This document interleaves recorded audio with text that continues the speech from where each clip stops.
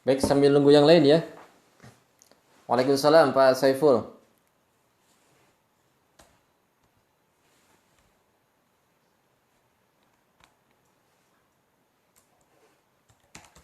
Sambil nunggu yang lain ya, ditunggu sebentar.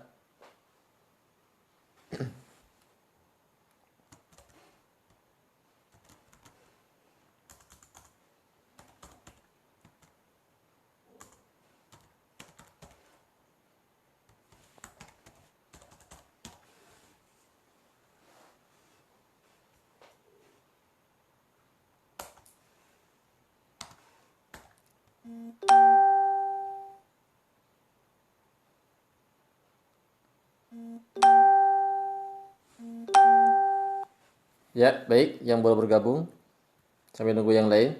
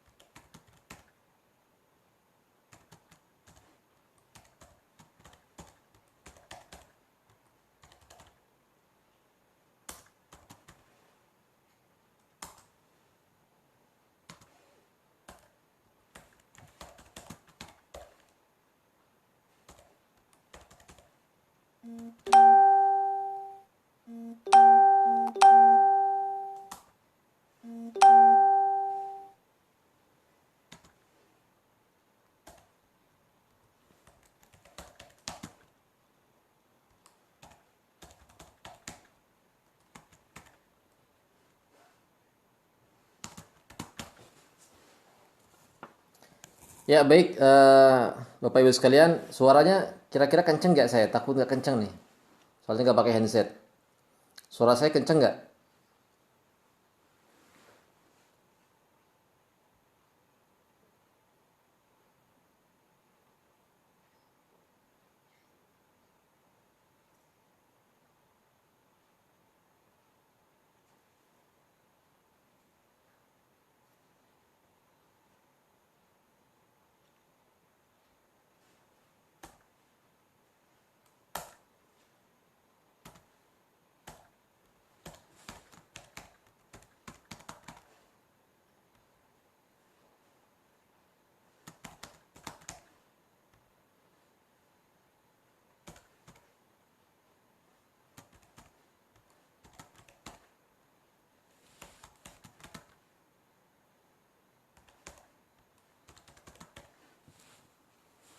Jelas ya, alhamdulillah ya. Baik, alhamdulillah. Saya ditemani ada sekitar 10 orang ya yang menemani pada malam hari ini ya, pada melek-melek semua ya. Sengaja saya malam hari karena kalau malam hari itu kalau di saya pribadi di Jawa Barat ya di Bekasi jam 10 ya atau sekarang jam setengah 11 itu hening. Kalau siang hari itu banyak anak-anak jadi kita nggak fokus. Baik, pada pertemuan kali ini seperti biasa nanti kawan-kawan, rekan-rekan boleh nanti konsultasi apapun permasalahannya silahkan konsultasikan. Ditanyakan baik masalah penyakit, gangguan jin, gangguan sihir, guna-guna ataupun masalah psikis, masalah kehidupan dan lainnya. Silahkan tanyakan nanti di akhir sesi saya akan adakan ruqyah online lagi ya, ruqyah online untuk teman-teman yang mau berobat silahkan. Kencang alhamdulillah ya. Yang mau berobat ada permasalahan daripada penyakit di diri teman-teman silakan nanti saya akan ruqyah online. Saya akan ruqyah online. Baik yang baru bergabung ya selamat datang ya. Assalamualaikum waalaikumsalam ya dari Mbak Eza. Assalamualaikum Pak waalaikumsalam. Mbak Ganis ya langsung bertanya nih nanti saya jawab ya Mbak Ganis ya. Kemudian Pak Saiful alhamdulillah jelas ya alhamdulillah jelas ya. Pak Arif ya. Kemudian dari Harana Agrapana, Assalamualaikum Waalaikumsalam. Saya kalau sedang sholat pikirannya kemana-mana, tolong tidak fokus. Boleh nanti saya jawab ya. Mas Deden, Waalaikumsalam, Assalamualaikum Waalaikumsalam. Kemudian apa nih? Muhammad Alfi sehari ya. Baik, teman-teman yang dirahmati oleh Allah Subhanahu wa taala, saya pada malam hari ini saya akan mengangkat satu tema ya, yaitu cara ampuh menyelesaikan persoalan hidup. Sekali lagi ya, ini yang baru bergabung, kemudian yang baru mengikuti live saya. Nanti di live ini saya akan mengangkat satu tema yang akan saya bahas. Kemudian nanti boleh teman-teman bertanya, konsultasi apa aja yang dikonsultasikan tentang penyakit-penyakit yang teman-teman derita, ataupun kawan-kawan punya teman, punya keluarga, punya penyakit tertentu, silakan ditanyakan kepada saya. Nanti di akhir sesi kita adakan ruqyah online, ruqyah masal secara online. Teman-teman kita kemarin sudah mengikuti ruqyah online ya, dan ada yang berasa, ada yang muntah, ada yang keleng-kelengan ya, sampai ada yang kepanasan, sampai ngechat ke saya, ini gimana saat saya langsung muntah ketika ruqyah. Nah, itu efek daripada ruqyah syar'i itu seperti itu ya. Dan masa Covid ini memang saya lebih cenderung ruqyah secara jarak jauh ya. Secara jarak jauh, sebenarnya dari dulu saya sudah mulai berpikir untuk mengembangkan ruqyah dengan metode jarak jauh ini. Dan setelah diuji cobakan luar biasa. Sangat luar biasa efeknya, dahsyatnya ruqyah online ini. Ya, silakan yang menganggap tayangan ini bermanfaat boleh dibagikan, boleh klik bagikan, klik like kemudian klik bagikan ya. Yang menganggap daripada tayangan ini bermanfaat. Baik, kawan-kawan, nanti di akhir sesi kita akan ruqyah online ya. Sesuai dengan janji saya. Ya, nanti semuanya akan saya jawab ya. Yang nanya-nanya silakan, nanti saya akan jawab di pertengahan sesi. Saya akan angkat dulu tema yang saya akan bahas sesuai janji saya. Bagaimana? Saya buka dulu ya. Assalamualaikum warahmatullahi wabarakatuh. Bismillah, alhamdulillah, wassalatu wassalamu ala rasulillah wa ala alihi wa sahbihi wa mawala amma ba'd. Ikhwani fillah rahimakumullah, teman-teman yang dirahmati oleh Allah Subhanahu wa taala, kawan-kawan yang bergabung di live saya, mudah-mudahan Allah memberikan senantiasa keberkahan, kesehatan, kemudian kelapangan daripada rezekinya ya. Amin ya Allah ya rabbal alamin. Tema yang saya akan angkat pada kesempatan malam hari ini ialah bagaimana cara ampuh menyelesaikan persoalan hidup. Bagaimana cara ampuh menyelesaikan persoalan hidup. Kenapa tema ini saya angkat? Karena saya seorang praktisi ruqyah. Saya seorang praktisi ruqyah, tukang ngobatin orang. Oleh karena itu, banyak daripada masukan-masukan yang masuk ke dalam WA saya, itu banyak sekali teman-teman yang curhat, kemudian mengutarakan permasalahan hidupnya ya. Ada yang curhat kepada saya, suaminya nikah lagi. Ada yang curhat kepada saya, persoalan keluarga yang tidak kunjung selesai. Ada yang curhat kepada saya, bukan curhat, ada yang berbagi ini ya, pengalaman hidup ataupun ya curhat lah. Masalah sakit yang tidak kunjung sembuh. Ada yang curhat tentang masalah jabatan sehingga dia stres. Ada yang curhat kepada saya, macam-macam curhatnya itu. Makanya saya sedikit ingin membahas tentang persoalan hidup. Bagaimana sih cara tuntas menyelesaikan persoalan hidup dalam semua sisi, dalam semua pandangan, dalam semua sisi, dalam semua hal, ya.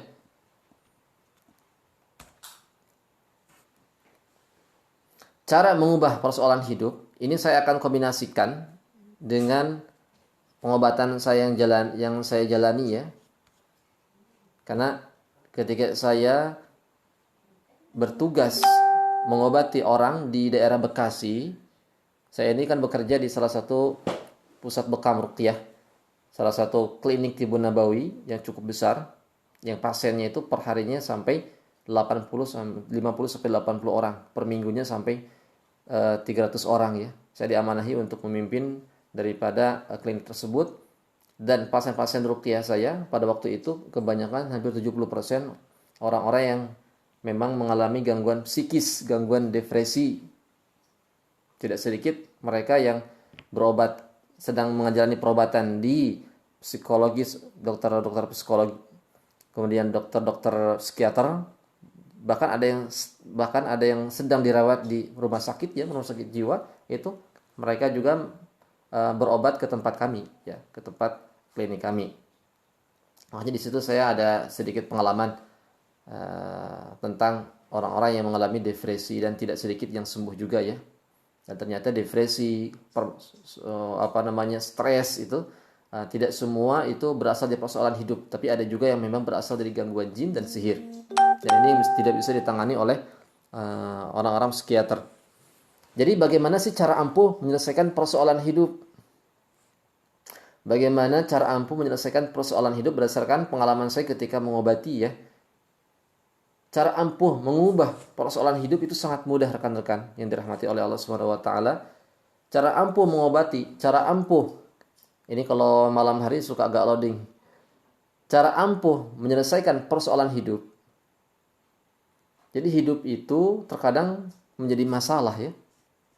Untuk sebagian orang terkadang menjadi masalah ya. Ya, silakan yang bertanya nanti saya jawab ya. Boleh kalau nanya duluan, boleh nanti saya jawab. Jadi hidup itu terkadang oleh sebagian orang menjadi masalah. Sedikit-sedikit masalah, sedikit-sedikit masalah. Kemudian ketika menjadi suatu permasalahan, maka masuk di hati, kemudian difikirkan di dalam otak, dalam benaknya, kemudian dia tidak mempunyai solusi untuk memecahkan problematika kehidupan dia, maka timbullah depresi, maka timbullah stres, maka timbullah gangguan jiwa. Karena apa? Karena depresi, gangguan psikologis itu diakibatkan, dimunculkan karena faktor orang tersebut tidak bisa memberikan satu solusi terhadap kehidupan dia, terhadap masalah dia. Sehingga menimbulkan satu kejadian yang dinamakan depresi. Bagaimana cara ampuh menyelesaikan persoalan hidup? Banyak ya. Kita pasti, semua orang pasti mengalami persoalan hidup. Nggak ada orang yang tidak mempunyai, tidak mempunyai persoalan hidup. Pasti semuanya mempunyai persoalan hidup. Mudah cara mengatasinya itu dengan cara mengubah mindset berpikir orang tersebut. Mindset berpikirnya harus dirubah. Cara pandang dia terhadap sebuah permasalahan harus dirubah. Ya, cara pandang dia, perspektif dia, kemudian pola pikir dia terhadap suatu permasalahan harus dirubah. Bagaimana sih cara pandang kita terhadap persoalan? Bagaimana sih cara pandang kita terhadap permasalahan? Bagaimana sih cara pandang Islam khususnya dalam memahami satu persoalan? Nah, gitu ya. Orang yang sakit-sakit biasanya mereka yang tidak tahu tentang masalah. Orang yang depresi, orang yang psikis, gangguan depresi, gangguan psikis, kemudian orang yang ruwet dalam masalah kehidupannya, pusing dan sebagainya, dan tidak mau menjalani kehidupannya karena tidak tahu persoalan masalah hidup. Jadi bagaimana cara ampuh mengatasinya? Ya, ubah mindset berpikirnya. Yang pertama, bagaimana cara merubah mindset berpikir seseorang? Yang pertama ialah menganggap hidup ini adalah ujian ya ikhwan, ya teman-teman yang dirahmati oleh Allah. Kita harus menganggap bahwa hidup ini merupakan satu ujian. Hidup ini pasti kita akan mengalami satu ujian. Manusia pasti akan diuji, orang pasti akan diuji, semua orang itu pasti akan diuji. Nggak ada orang yang nggak diuji, pasti ada ujian. Orang yang sakit hatinya, orang yang sakit pola pikirnya, dia tidak tahu bahwa dia itu sedang diuji. Nah, itu permasalahannya. Gitu ya. Dia tidak tahu bahwa dia sedang diuji. Dalam sebuah keluarga, antara cekcok suami istri, dalam satu pekerjaan, cekcok antara bawahan dan bos. Kemudian dalam satu level pemerintahan juga sama, ada ujiannya. Ketika kita menganggap semua itu ada ujiannya, nah disinilah letak daripada persoalan hidup akan terangkat ya. Jadi kita harus menganggap bahwasanya semua yang ada di dunia itu pasti ada ujiannya.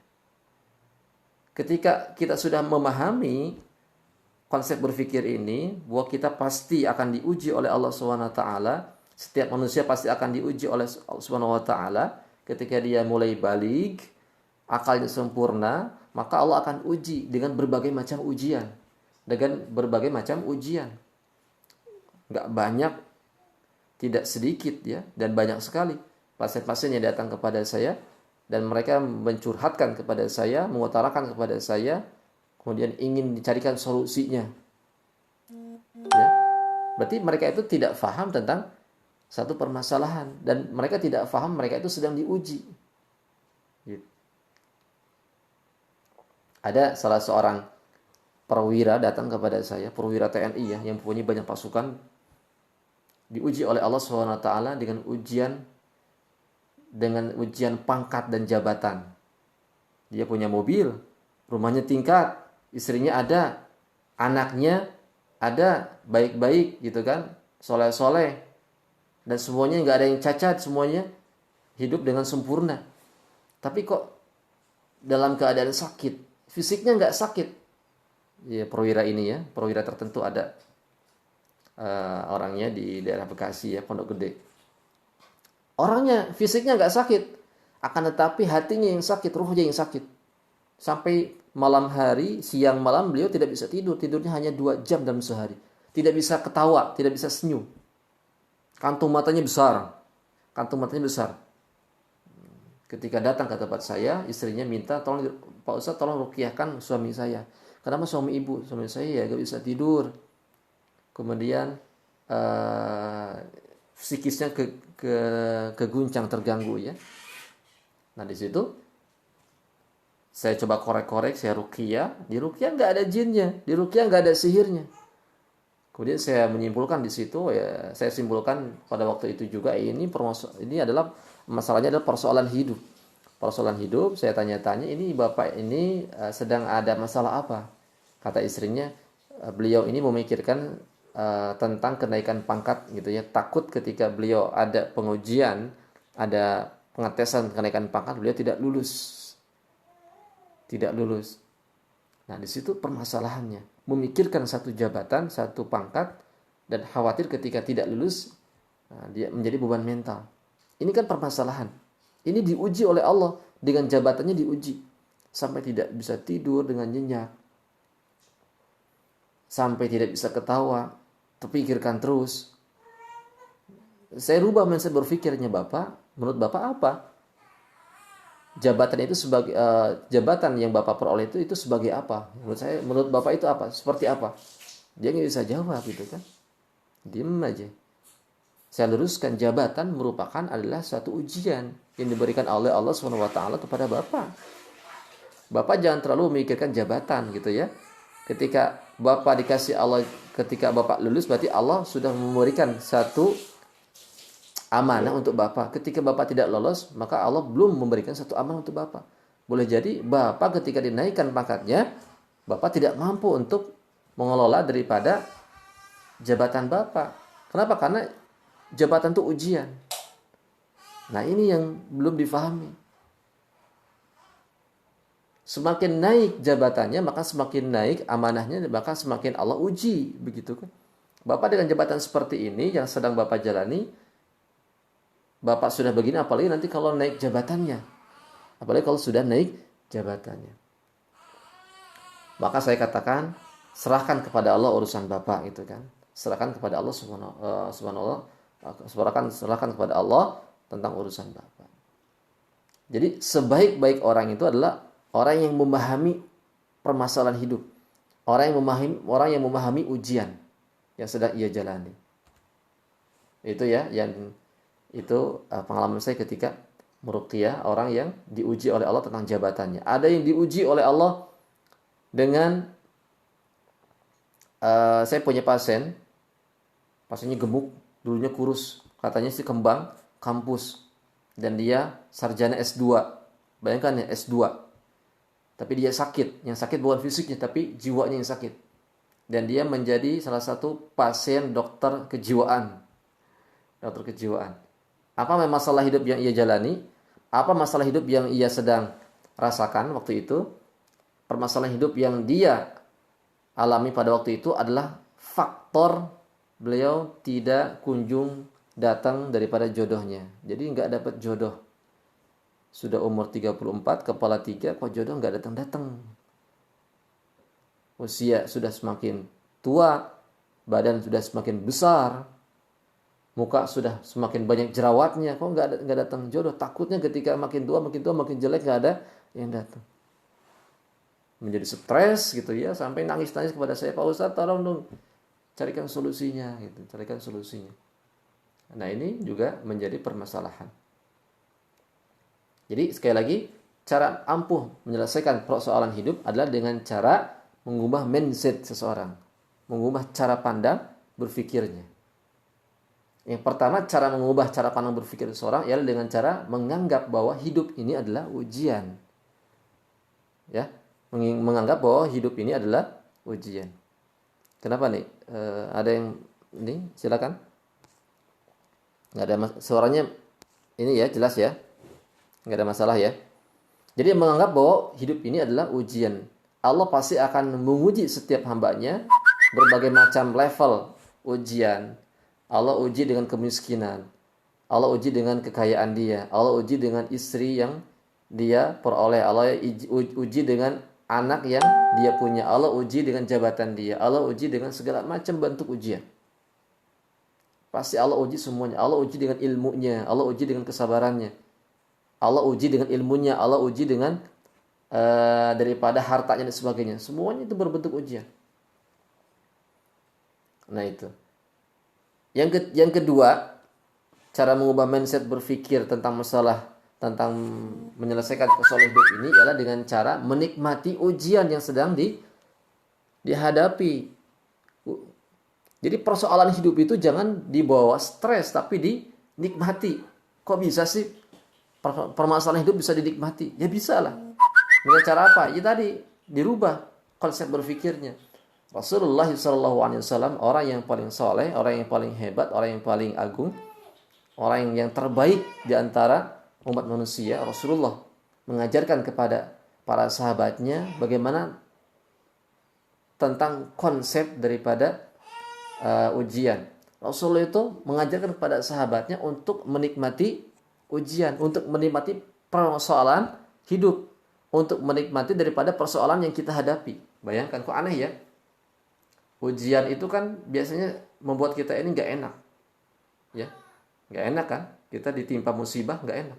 Tapi kalau Rasul mengajarkan kepada sahabatnya untuk menikmati musibah, ini hebatnya Rasul ya. Ada seorang sahabat yang meminta kepada Rasulullah, sahabat ini buta, ya. Jadi ada seorang sahabat yang buta meminta kepada Rasulullah, ya Rasulullah, anak buta, saya ini buta. Bolehkah saya meminta kepada engkau untuk supaya engkau itu mendoakan saya kepada Allah supaya mata saya itu tidak buta, supaya bisa melihat lagi. Kata Rasulullah, boleh, saya akan doakan supaya engkau ini bisa melihat lagi. Akan tetapi engkau bersabar dengan kebutaan engkau itu lebih utama dibanding engkau tidak buta. Bayangkan Rasulullah memberikan opsi-opsi yang mana beliau mengatakan opsi yang paling utama, engkau bersabar dengan kebutaan engkau. Kata sahabat, oleh karena itu ya Rasulullah, ya udahlah nggak apa-apa, saya buta aja. Dengan saya sabar, dengan saya sabar atas kebutaan saya, Allah akan berikan pahala yang sangat luar biasa banyaknya. Bayangkan, para sahabat sampai menikmati musibah yang ia hadapi, musibah yang Allah berikan kepada dia, dan nyaman dengan musibah tersebut, nyaman dengan ujian tersebut, gitu kan? Nah ini ketika pola pikir kita sudah begini, nggak akan ada tuh yang namanya darah tinggi. Gak akan ada itu yang namanya stres, gak akan ada itu yang namanya depresi, tidak akan ada yang namanya kegilaan. Kenapa? Pola pikirnya sudah betul. Itu ya teman-teman yang dirahmati oleh Allah. Jadi menikmati ujian. Menikmati adanya ujian. Yang ketiga, cara ampuh daripada menyelesaikan persoalan hidup ialah dengan cara meminta tolong. Meminta tolong kepada Allah dengan cara apa? Dengan cara sabar. Kata Allah, wasta'inu bisabri wassalah. Mintalah tolong dengan sabar dan salat. Sabar. Jodoh nggak datang-datang, sabar. Suami nikah lagi, sabar. Pangkat gak naik-naik, sabar. Kemudian rumah tangga berantem terus, sabar. Sabar. Ini kok kita udah kebanting tulang, peras keringat, Rezeki segitu-gitu aja nggak naik-naik, orang lain udah beli motor, orang lain udah beli mobil dan sebagainya, kita kok nggak ada. Kapan kayaknya ini? Sabar, ya. Itu aja. Sabar. Udah, ketika sabar, udah. Ya, dengan cara sabar. Yang kelima, orang besar adalah orang yang memahami ujian. Gitu ya. Yang kelima adalah orang besar itu adalah orang yang memahami ujian. Orang besar adalah orang yang memahami persoalan-persoalan hidup. Orang besar adalah orang yang memahami problematika kehidupan. Lihat aja pendiri bangsa kita. Ada gak mereka yang ketika mendirikan negara Indonesia, mendirikan bangsa Indonesia, pendiri-pendiri bangsa ini yang mereka itu haus dengan kekayaan, haus dengan kekuasaan? Enggak kan?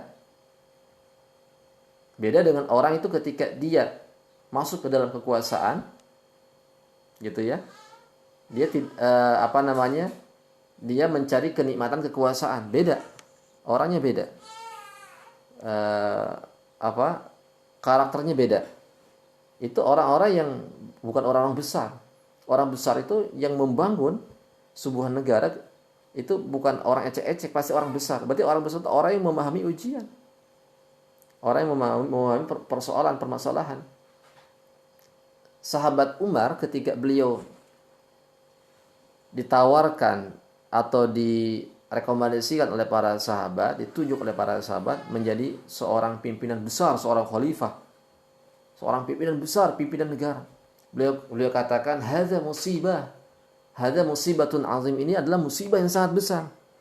Bayangkan, menjadi seorang yang terkenal, orang yang viral, orang yang paling nomor satu, orang yang paling top, khalifah ya, pimpinan negara, pimpinan kaum muslimin. Beliau katakan musibah ini. Kenapa? Karena beliau tahu di balik itu ada satu amal yang sangat besar, tanggung jawab yang sangat besar. Bukan ngetren doang gitu. Jadi seorang pemimpin itu bukan ngetren, uangnya banyak, ini punya pasukan dan sebagainya. Itu orang-orang yang tidak itu bukan orang besar. Orang besar itu orang yang seperti demikian. Makanya pantas di tangan Sayyidina Umar, Mesir ditaklukkan, Mesir dibebaskan, Syams dibebaskan, kemudian Persia dibebaskan. Orang besar ya. Kita kalau ingin menyelesaikan persoalan hidup, jadilah orang besar. Memahami berbagai macam persoalan. Jangan cengeng ketika punya persoalan, hadapi dengan tangguh. Kita pikirkan, kalau nggak bisa, tanya kepada orang yang ahli, fas'alu al-dzikri, jangan dipendam. Gitu ya. Jangan dipendam. Itu tips-tips ya. Untuk memahami persoalan, cara ampuh untuk memahami persoalan hidup. Yang pertama ya dengan cara menganggap hidup ini adalah ujian. Jadi rubah dulu mindset berpikirnya tentang permasalahan. Jangan sekali-kali kita jadikan permasalahan yang kita hadapi itu adalah beban. Jangan jadikan beban, jangan jadikan kejelekan, sesuatu yang negatif, bukan ya. Justru Allah kebalikannya. Dengan ujian itu sebenarnya Allah itu kasih. Allah itu adalah kasihan ya kepada kita. Sebenarnya kalau kita ditimpa musibah, ujian, Allah itu kasihan. Allah itu sayang kepada kita. Supaya apa? Supaya dia itu menjadi lebih baik, lebih bertakwa lagi, lebih bertakarub kepada Allah. Makanya Allah kasih ujian. Makanya orang yang ditimpa ujian ketika dia sabar, dosanya rontok, dosanya hilang. Ya, dosanya hilang. Jadi yang pertama menganggap hidup itu adalah ujian, yang kedua adalah menikmati ujian tersebut. Dinikmati ya, jangan dinikmati. Ada satu kejadian tetangga saya itu yang tadinya tidak sakit jantung, sakit asma, diperiksa ke rumah sakit, tiba-tiba jadi sakit jantung. Kenapa? Karena dokter waktu itu mau ngecek gitu tubuhnya itu ada apa penyakitnya. Pakailah alat-alat yang serba macam-macam, pakai kabel gitu kan. Dia shock gitu kan. Ini ada apa ini gitu kan. Padahal dia nggak ada apa-apanya. Karena dia shock, timbullah jantung di situ, seketika meninggal. Kenapa? Karena itu mindset berpikirnya yang kurang tepat. Santai, dibuat santai. Ya, dibuat santai. Kita jangan terlalu menganggap ujian itu seperti apa, seperti sesuatu yang menyeramkan. Jangan ya, biasa aja. Justru para sahabat itu justru diajarkan oleh Rasulullah untuk menikmati ujian. Bahkan Rasulullah mengajarkan pada sahabatnya supaya mereka itu mencari kematian dengan cara berjihad, ya, menikmati ujian dengan cara sabar dan sebagainya. Yang keempat, meminta tolong dengan sabar. Sabar ya, ketika ditimpa ujian, sabar. Yang kelima, orang besar hanya orang-orang yang memahami ujian. Itu yang bisa disampaikan. Silakan silakan ada yang mau bertanya, teman-teman. Saya cek dulu nih, ada yang nanya apa nih? Ini jadi Mbak Ganies ya. Suami saya lagi sakit tapi saya gak ada rasa kasihan. Suami saya lagi sakit tapi nggak ada rasa kasihan. Kenapa Mbak nggak ada rasa kasihan kepada suami? Berarti rasa kasih sayangnya sudah luntur ya, Mbak. Mbak harus kembali ke belakang nih. Coba Mbak ingat daripada jasa-jasa suami itu seperti apa, ya? Apakah Mbak ini dinafkahi suami atau siapa? Dinafkahi oleh siapa? Mbak Ganis ya. Nggak ada rasa kasihan berarti kasih sayangnya sudah agak mulai luntur. Nah, supaya kita timbul kasihan, rasa cinta lagi, kita coba lihat jasa-jasa suami ketika bekerja, banting tulang, peras keringat, kemudian ngasih makan untuk keluarganya, kan begitu. Kemudian ngasih tempat untuk berteduh. Kemudian ketika kita dalam keadaan lemah, dilindungi oleh suami. Suami banyak membantu dari segala macam kebutuhan dan sebagainya ya. Coba diingat jasa-jasa suami supaya nanti timbul ada rasa kasihan. Yang paling penting kita bangun rumah tangga kita itu di atas dasar fondasi ketakwaan pada Allah. Kalau kita hanya bertakwa kepada Allah, kita berkeluarga, membangun rumah tangga dengan atas dasar ketakwaan pada Allah, maka kasihan itu pasti ada ya. Rasa kasih sayang itu pasti ada. Cinta itu akan ada.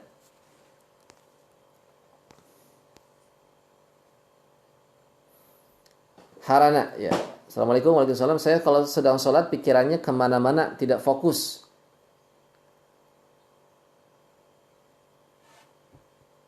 Usaha sudah lama mengalami kegagalan rugi. Beberapa minggu lalu saya di WA oleh salah seorang, saya nggak kenal ya, tapi beliau meminta kepada saya, minta supaya was-wasnya dihilangkan. Jadi dia sama ya, hampir sama. Dia kalau sholat itu pikirannya kemana-mana, tidak fokus, sampai setiap kali sholat tuh lupa rokaat. Agak sedikit was-was juga, tidak fokus, sampai lupa rokaat. Saya kasih amalan. Bapak coba bacakan zikir la ilaha illallah wahdahu la syarikalah lahul mulku wa lahul hamdu wa huwa ala kulli syai'in qadir. Bacakan 100 kali. Pagi dibaca 100 kali, sore dibaca 100 kali. Kata Nabi, barang siapa yang membacakan zikir ini, maka akan dilindungi dari pagi sampai dari pagi sampai sore harinya. Nah, kemudian bacakan pas mau sholat, ya muqallibal qulub tsabbit qalbi ala dinika ta'atika wala haula wala quwwata illa billahil aliyil azim. Bacakan itu. Nah, itu saya berikan amalan tadi itu kepada orang yang nge-WA ke saya.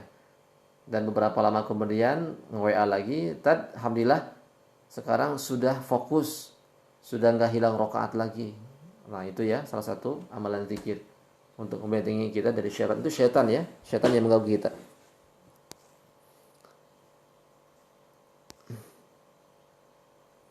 Pak, saya masalah jodoh sulit, kenapa ya? Mas Deden ya. Permasalahan jodoh menurut saya ada 3 faktor yang harus kita fahami. Ya, harus kita pahami 3 faktor. Yang pertama bisa jadi faktor daripada internal kita. Internal di sini itu maksudnya apa? Internal di sini itu maksudnya secara biologis ya. Secara biologis. Coba cek apakah pilihan kita terlalu tinggi, terlalu over. Itu jadi masalah. Kita skillnya biasa-biasa saja. Tapi kita pengen jodoh yang di atas kita, yang super cantik, super kaya, kemudian wanitanya itu misalkan dia keturunan konglomerat dan sebagainya. Nah, itu kan berarti nggak sekufu, nggak sepadan.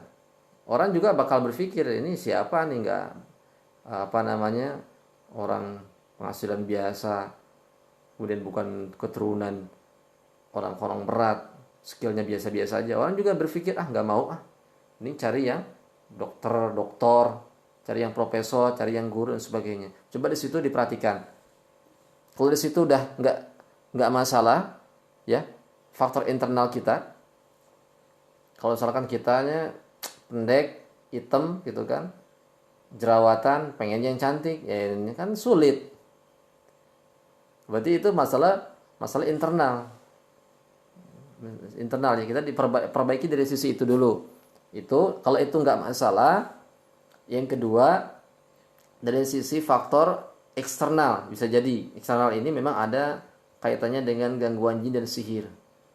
Ada beberapa pasien saya ada yang mengalami gangguan tersebut, yang sampai menikah dalam usia tua. Ternyata ketika diruqyah memang ada sihir yang tertanam dalam tubuh dia. Saya pernah ngeruqyah orang yang kena sihir pandangan, ya sihir pengkelabuan. Jadi kalau ini pasiennya orang laki-laki, jadi ketika dia melihat wanita, itu wanita itu di mata dia jelek kayak nenek-nenek, kecuali ibunya. Itu terkena sihir. Ada lagi pasien saya yang perempuan, kebalikannya. Kalau dia itu dilihat oleh orang lain tuh kayak nenek-nenek. Jadi nggak mau gitu ya. Orang lain melihat dia itu kayak nenek-nenek. Nah, itu terkena sihir. Kalau sudah terkena sihir, gangguan jin, maka harus diobati dengan cara diruqyah. Gitu, dengan cara ruqyah. Yang ke satu sudah nggak ada masalah, faktor internal. Eksternal, jin, sihir nggak ada. Yang ketiga berarti itu masalah takdir. Kalau takdir, berdoa kepada Allah dengan khusyuk, kemudian perbanyak istikharah, minta pilihan yang baik di antara yang baik ya menurut pandangan Allah, minta kepada Allah ya. Gitu. Perbanyak doa dan bersabar. Ya, Mas Jangkrik, Bos. Assalamualaikum. Waalaikumsalam. Penyebab jodoh sulit gimana? Penyebab jodoh sulit gimana? Solusi Ustadz. Penyebab jodoh sulit tadi sudah saya jelaskan ya. Jodoh sulit ada 3 faktor. Yang pertama, faktor internal kita diperhatikan dulu. Faktor internalnya, kita pilihannya terlalu over nggak? Masuk akal nggak kira-kira? Kalau kita ingin cari jodoh yang di atas kita, sesuaikan dengan skill kita, sesuaikan dengan kemampuan kita, harta kita, gitu kan? Sesuaikan dengan itu. Kalau itu nggak masalah, bisa jadi memang ada faktor yang lain, gitu ya, yang lain eksternal, gangguan jin, gangguan sihir itu kadang ada. Itu fakta di lapangan ada ya. Kalau itu nggak masalah, berarti ini takdir. Minta pada Allah dengan sholat dan sabar, banyak-banyak berdoa. Pak Didi, alamatnya di mana? Saya sebenarnya domisili di Bekasi. Cuman sekarang lagi masalah COVID, jadi ada di rumah mertua di Banjar Fatroman, di daerah ini ya, perbatasan Ciamis, Jawa Barat. Ya, di Randegan. Pak Ferry ya. Maaf Ustadz, ini dari Akhnofal. Maaf Ustadz, kalau anak sering sakit, apakah ada juga gangguan jin? Tergantung. Bisa jadi iya, bisa jadi enggak. Kalau sering sakit ya. Biasanya kalau sakitnya itu tidak normal ya, cek aja ke dokter. Dokter mengatakan normal enggak? Cek darah, cek gula, kemudian medical check up, ini normal. Coba aja diperiksa ke ruqyah, ke praktisi ruqyah ya. Karena ya ada juga yang terkena gangguan jin. Apalagi kalau sering nangis, nggak ada sebab sering nangis, kemudian nunjuk-nunjuk ke atas dan sebagainya. Ya, itu silakan dicek. Pertama ke dokter, itu kata dokter itu normal nggak? Nah, kalau misalkan nggak ada kata dokter normal gitu ya, silakan di ruqyah. Ya ada juga, ada anak yang diganggu jin ada.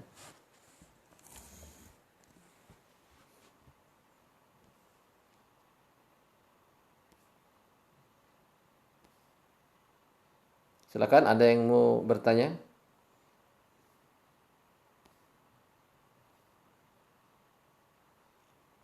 Pak Saiful, Ustaz, beberapa hari ini punggung saya berasa kembung kalau dipukul. Gitu. Oh, itu angin atau apa ya Pak Ustaz? Punggung saya berasa kembung kalau dipukul. Itu angin atau apa ya Pak Ustaz? Ya bisa jadi angin. Kalau angin kan ya kembung juga ya. Sama saya ini sekarang ini sedang kembung. Bisa angin ya. Kalau faktor sihir itu ada indikasi yang lain ya. Ini kemarin nih saya dikirim foto ada orang dari Sukabumi yang anaknya terkena sihir ya. Usahanya bangkrut, jatuh, kemudian anaknya itu terkena sihir. Itu memang kayak orang hamil ya. Anak kecil umur 4 tahun 5 tahunan itu hamil kayak hamil. Itu ada indikasinya beliau itu memang nggak nyaman di rumahnya, kemudian usahanya bangkrut ya.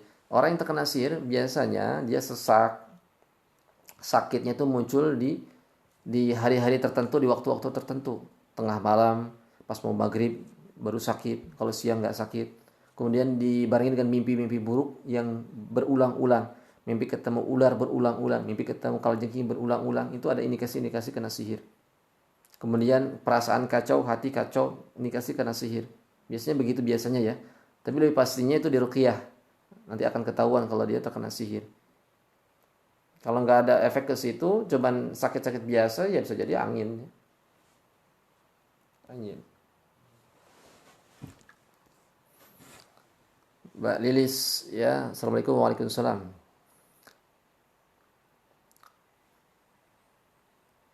Farad, Ustaz di mana alamatnya? Saya di Banjar Patroman ya. Sekarang di Banjar Patroman, tapi asalnya di domisili di Bekasi. Tapi ini sementara waktu masalah Covid di Banjar Patroman di Randegan ya, di perbatasan Ciamis, Jawa Barat. Assalamualaikum Ustaz. Ibu saya sakit perut bengkak sampai ke kaki. Penyebabnya apa Ustaz? Harus didetailkan dulu ya. Bisa fisik, bisa non fisik juga, bisa medis, bisa non medis juga ini. Kalau perutnya bengkak itu ya, jatuh enggak bengkaknya itu, atau punya liver enggak, tergantung. Yang jelas kalau karena saya kan praktisi ruqyah, kalau dia terkena sihir, kalau seseorang terkena sihir itu ada indikasi yang lain. Jadi dia sakit fisik tapi ada indikasi yang lain yang mengarahkan dia itu terkena sihir. Dan mimpi, ya ini analisis mimpi. Saya suka menganalisis orang kena sihir dari mimpi. Saya tanyakan orangnya mimpi buruk nggak. Biasanya kalau orang yang terkena sihir mimpinya itu beda. Mimpinya berulang-ulang, mimpi buruk. Ya, mimpi berulang hampir 5 kali, bahkan lebih dari itu mimpi buruk.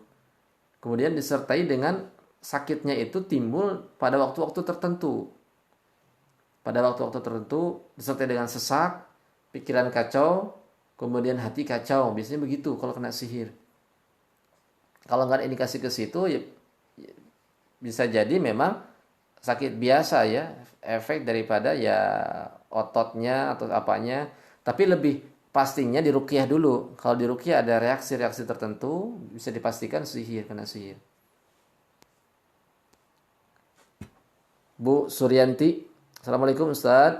Saya sholat sering berasa mau buang angin. Terkadang maaf keluar tanpa suara, saya pengen diruqyah Pak Ustaz.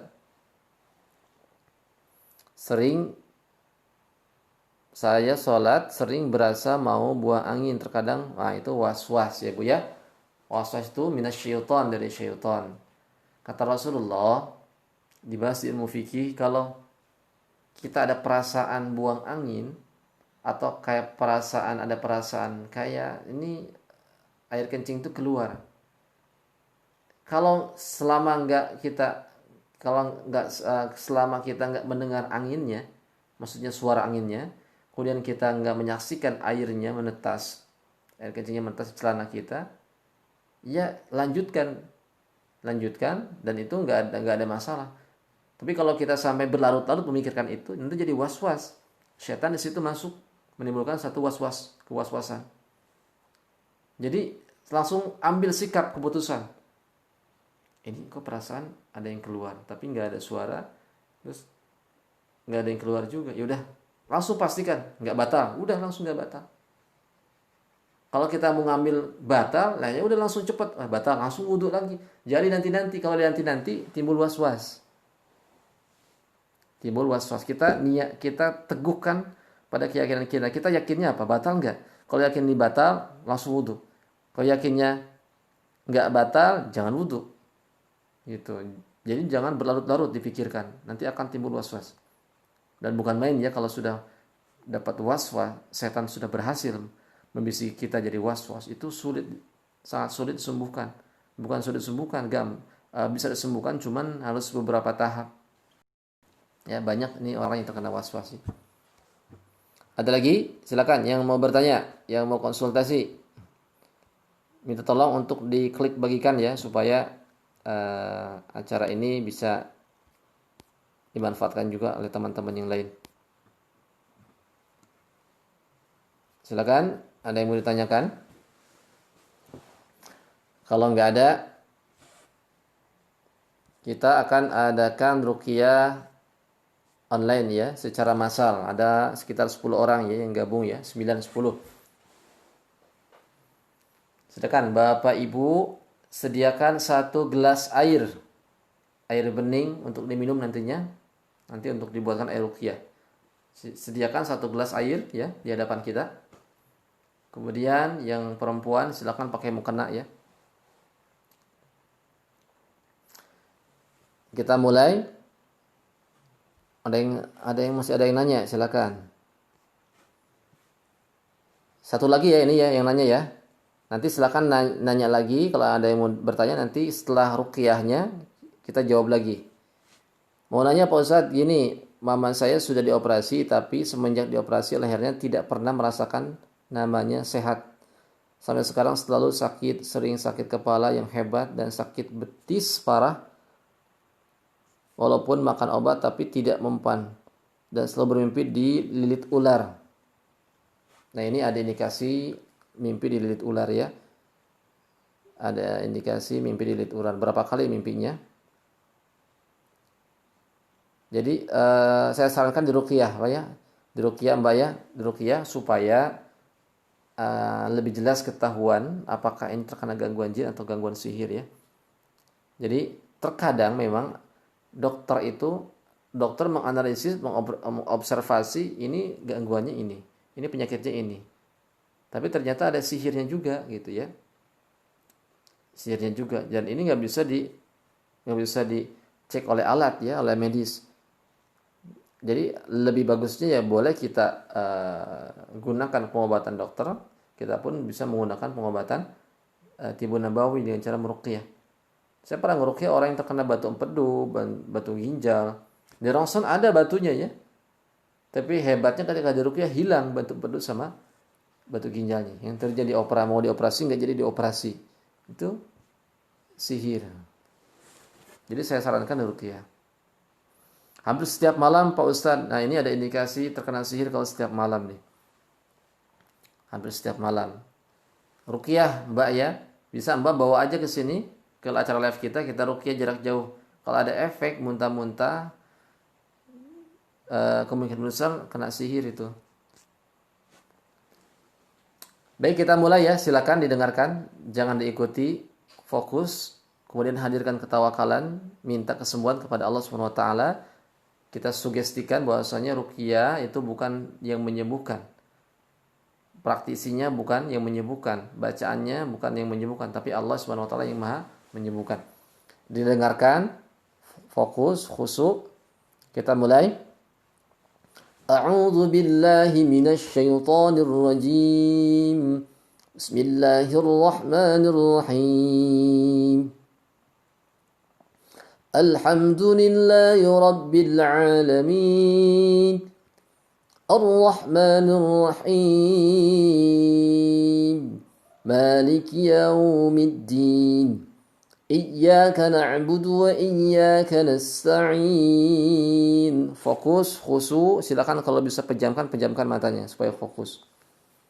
Ihdinas siratal mustaqim siratal ladzina an'amta 'alaihim غير المغضوب عليهم ولا الضالين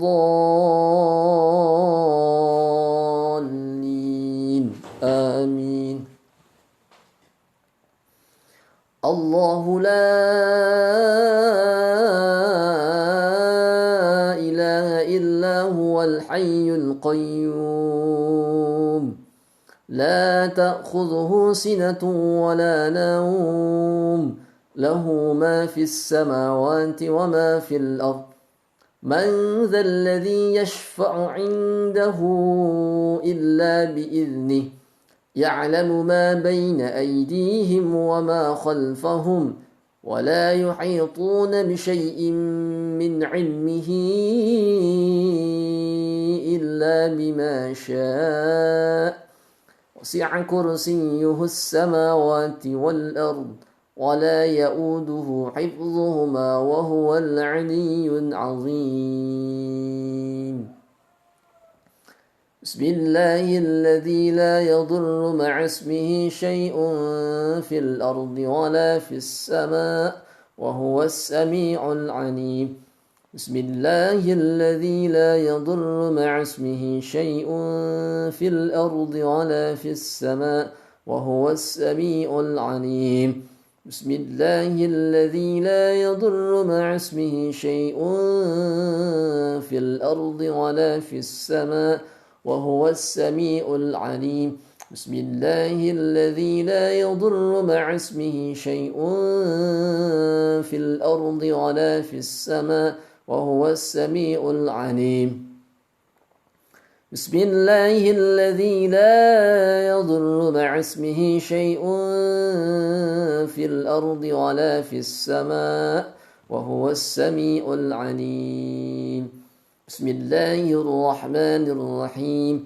وأوحينا إلى موسى أن ألق عصاك فإذا هي تلقف ما يأفكون فوقع الحق وبطل ما كانوا يعملون فغلبوا هنالك وانقلبوا صاغرين وألقي السحرة ساجدين قالوا آمنا برب العالمين رب موسى وهارون بسم الله الرحمن الرحيم اللهم رب الناس أذهب البأس اشف وأنت الشافي لا شفاء إلا شفاءك شفاء لا يغادر سقما بسم الله أرقيك من كل شيء يؤذيك من شر كل نفس أو عين حاسد الله يشفيك بسم الله أرقيك بسم الله أرقيك من كل شيء يؤذيك من شر كل نفس أو عين حاسد الله يشفيك بسم الله أرقيك بسم الله الرحمن الرحيم قل هو الله أحد الله الصمد لم يلد ولم يولد ولم يقل له كفوا أحد بسم الله الرحمن الرحيم قل أعوذ برب الفلق من شر ما خلق ومن شر غاسق إذا وقب ومن شر النفاثات في العقد ومن شر حاسد إذا حسد بسم الله الرحمن الرحيم قل أعوذ برب الناس ملك الناس إله الناس من شر الوسواس الخناس الذي يوسوس في صدور الناس من الجنة والناس. Itu tahap pertama, silakan ada yang komen. Yang berasa sesuatu di komen ya, biar ketahuan, biar nanti bisa kita lihat, kita simpulkan apa sakitnya. Contoh misalkan meriangan, merinding, atau misalkan sakit di hati, sesak, kepala berat, punggung berat, kepanasan dan sebagainya, silakan. Ini komentari ya, sampai muntah atau mual saja? Coba dikomentari kalau ada yang begitu. Nanti biar kita simpulkan, biar saya simpulkan sakitnya sakit apa.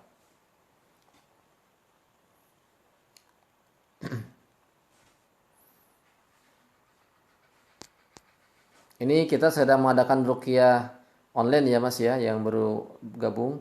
Ruqyah online secara massal, ruqyah massal secara online, jadi jarak jauh.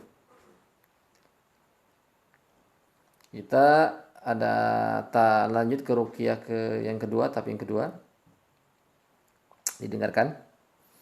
Bismillahirrahmanirrahim. Alhamdulillahi rabbil alamin. Ar-Rahmanir Rahim. Maliki yaumiddin. إياك نعبد وإياك نستعين اهدنا الصراط المستقيم صراط الذين أنعمت عليهم غير المغضوب عليهم ولا الضالين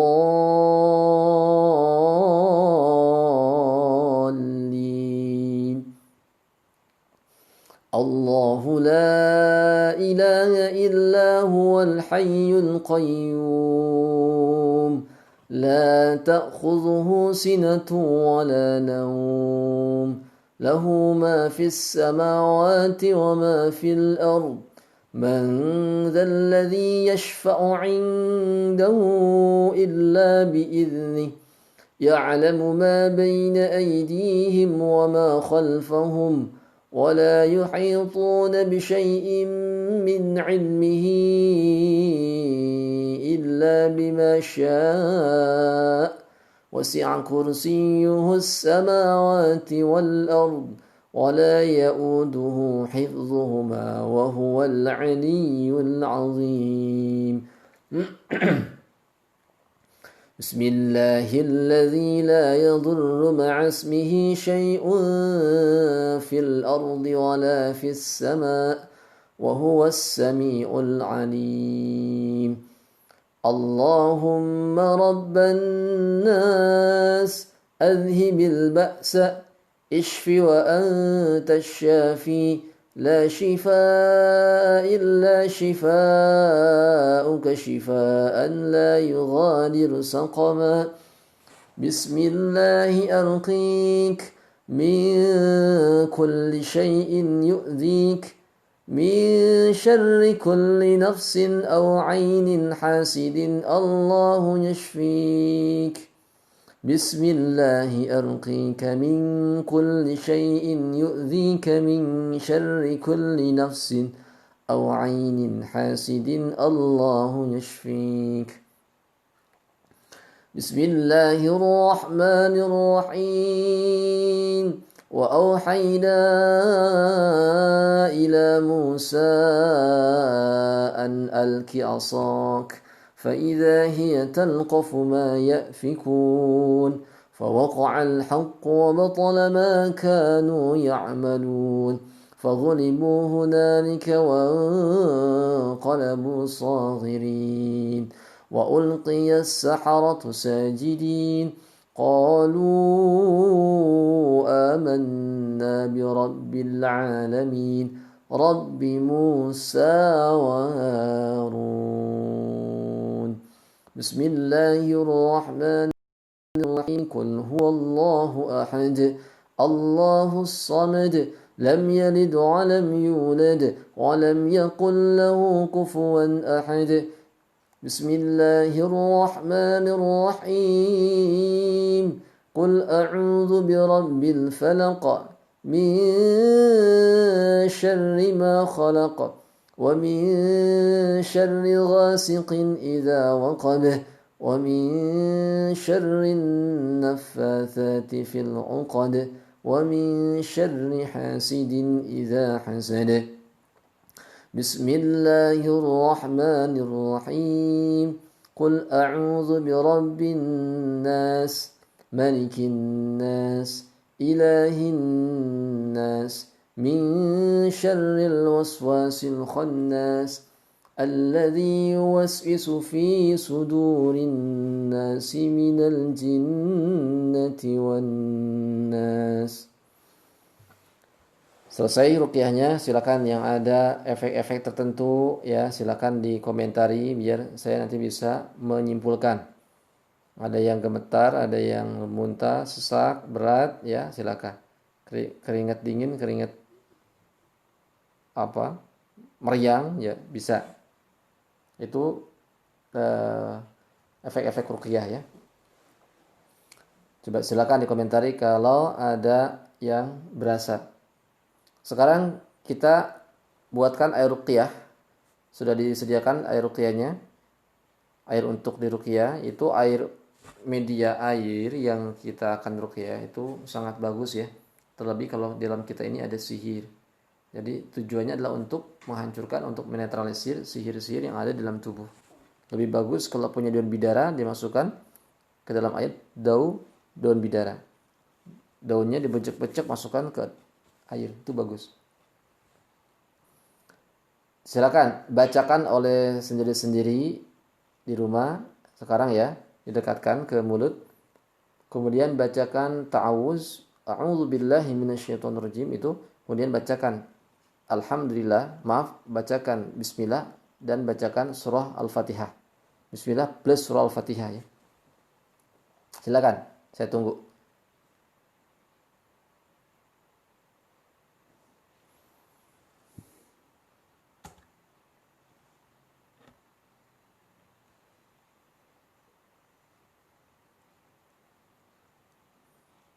Nah ini Bu Suryanti ya, ada efek nih setelah diruqyah. Punggungnya berat, pusing, sama mual gitu.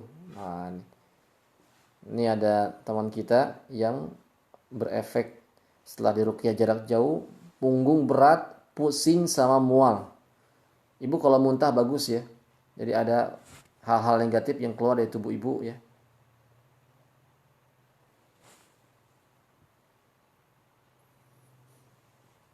Kalau sudah membacakan surah Al-Fatihah, silakan bacakan ayat kursi. Ayat kursi dibacakan.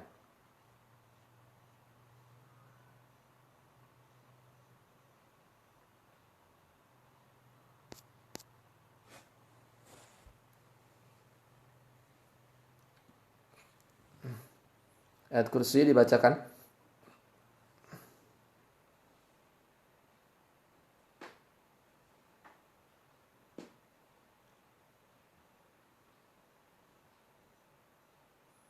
Kalau Mbak Lilis Anwar, kalau saya jantung berdetak kencang.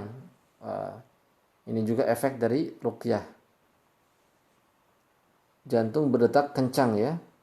Efeknya ya.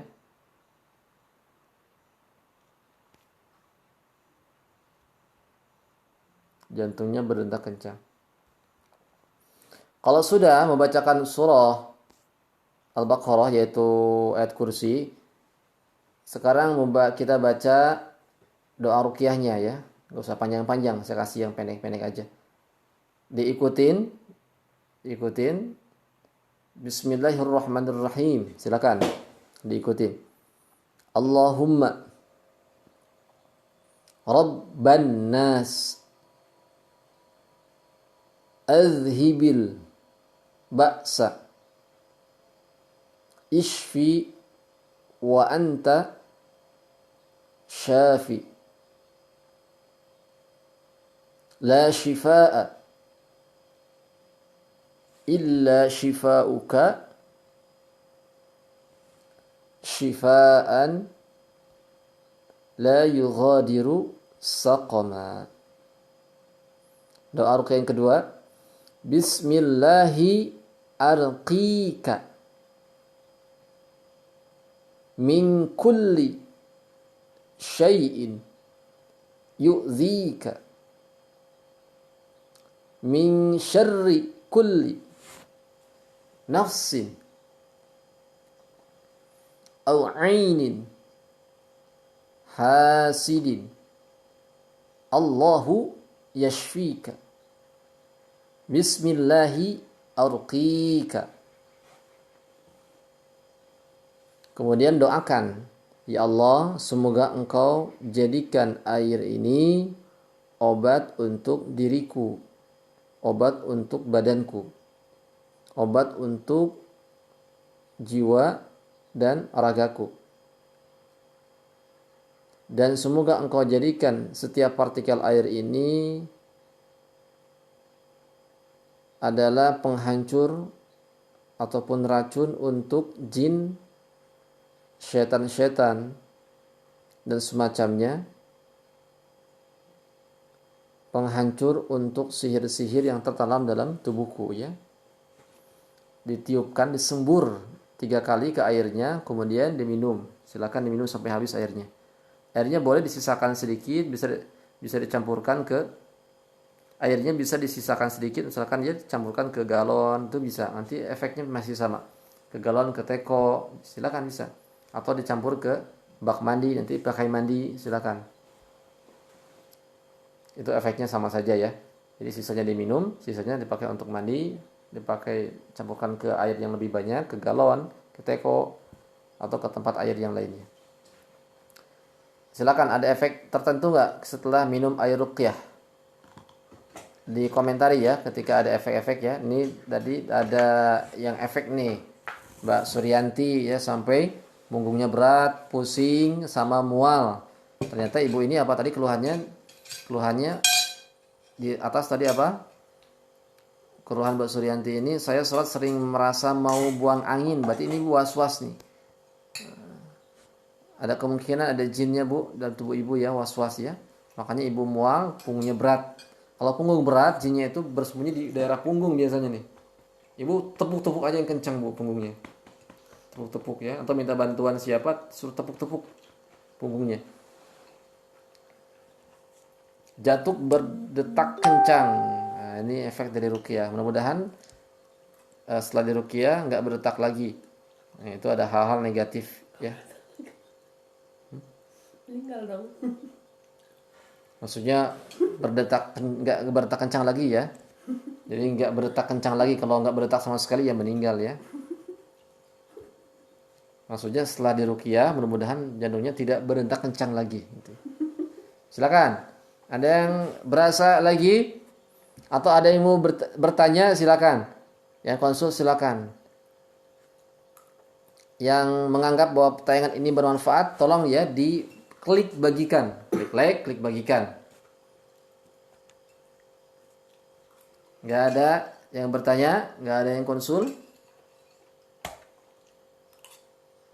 Jadi sekali lagi bahwasannya cara untuk menyelesaikan persoalan hidup jangan dibikin ribet ya. Itu dengan cara mengubah cara pandang kita berpikir tentang permasalahan itu sendiri. Kalau kita menganggap sebuah permasalahan itu sebuah beban, suatu masalah itu beban, suatu permasalahan itu adalah suatu beban dan sesuatu yang negatif, maka ke dalam tubuh kita, maka akan berefek pada tubuh kita ini dengan efek yang tidak akan benar ya. Timbulnya penyakit-penyakit fisik diakibatkan karena pola berpikir yang jelek. Pola berpikir yang jelek. Negatif, dikit-dikit negatif, dikit-dikit negatif. Itu sangat jelek ya. Ubah cara konsep berpikirnya. Menganggap yang pertama, anggaplah hidup itu adalah ujian. Kemudian nikmatilah ujian tersebut. Kita punya masalah, problem, nikmatilah problem tersebut. Kemudian minta tolonglah dengan sabar. Minta tolong kepada Allah dengan supaya kita ini jadikan orang yang sabar. Dan setiap orang yang sabar, orang yang besar itu hanya orang-orang yang mengalami, orang-orang yang memahami berbagai macam ujian. Jadi begitu ya trik-triknya. Ini saya terapkan konsep ini ketika mengobati, terutama orang-orang yang terkena gangguan psikologis, bukan gangguan jin ya, tapi gangguan psikologis, gangguan kejiwaan, terguncang jiwanya karena faktor-faktor permasalahan hidup, baik rumah tangga, baik karena jabatan dan sebagainya, jodoh, istrinya berzina, ada yang berzina, kemudian rasa kasih sayang sudah pudar. Nah itu saya sampaikan, saya ubah cara berpikirnya sampai ada satu orang yang sembuh dengan teknik begini, mengubah mindset, sembuh. Padahal setiap harinya dia suka nyakar-nyakar, nangis-nangis sendiri, ngurung di kamarnya, nggak pernah ngobrol sama siapa-siapa. Ketika saya korek-korek, dia nggak bisa menyelesaikannya. Rubah cara berpikirnya, maka sembuhlah di situ. Itu ya rekan-rekan yang bisa disampaikan, mudah-mudahan ada manfaatnya. Kita tutup dengan baca istighfar dan doa kafaratul majlis. Astaghfirullahaladzim, subhanakallahumma bihamdika, asyhadu an la ilaha illa anta, astaghfiruka wa atubu ilaik. Akhirul kalam, assalamualaikum warahmatullahi wabarakatuh. Makanya Jadi insyaallah nanti ke depannya saya akan adakan live terus ya. Jadi akan ada ruqyah-ruqyah gratis, ruqyah online semacam ini. Silakan nanti diajak teman-teman, saudara, kerabat yang punya gangguan-gangguan, silakan bawa ke sini. Insyaallah saya udah uji cobakan ruqyah-ruqyah semacam ini secara jarak jauh online. Itu ada yang sembuh juga ya, tidak sedikit yang sembuh dan merasakan perubahannya. Silakan diajak teman-teman dan kerabat ya, saudara untuk menjalani pengobatan ruqyah jarak jauh.